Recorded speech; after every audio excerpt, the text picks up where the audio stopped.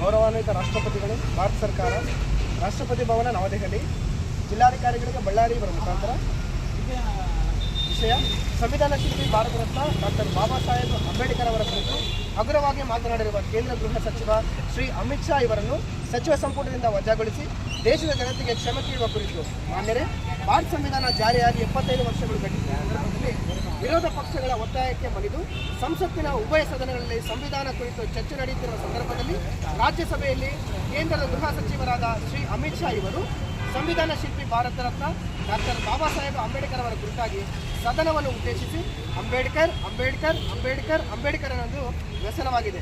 ಅಂಬೇಡ್ಕರ್ ಅವರ ಬದಲಾಗಿ ದೇವರ ನಾಮಸ್ಮರಣೆ ಮಾಡಿದ್ದರೆ 7 ಜನ್ಮಕ್ಕೂ ಸ್ವರ್ಗ ಪ್ರಾಪ್ತಿಯಾಗ್ತಿತ್ತು ಎಂದು ಹೇಳಿ ಸಂವಿಧಾನ ಶಿಲ್ಪಿ ಭಾರತ ರತ್ನ ಡಾಕ್ಟರ್ ಬಾಬಾ ಸಾಹೇಬ್ ಅಂಬೇಡ್ಕರ್ ಅವರ ಕುರಿತಾಗಿ ತಮಗಿರುವ ಅಸಹನೆಯನ್ನು ಹೊರಹಾಕಿದ್ದಾರೆ ಹಾಗೂ ತಾವು ಸಂವಿಧಾನ ವಿರೋಧಿಯೂ ಎಂಬುದನ್ನು ಸಾಬೀತುಗೊಳಿಸಿದ್ದಾರೆ. ಸಂವಿಧಾನಬದ್ಧವಾಗಿ ಕೇಂದ್ರ ಸಚಿವರಾಗಿ ಸಂವಿಧಾನ ಶಿಲ್ಪಿಯನ್ನು ಅವಮಾನಿಸುವ ಹೇಳಿಕೆಯನ್ನು ನೀವು ನೀಡುವುದು ದೇಶದ್ರೋಹವೇ ಸರಿ.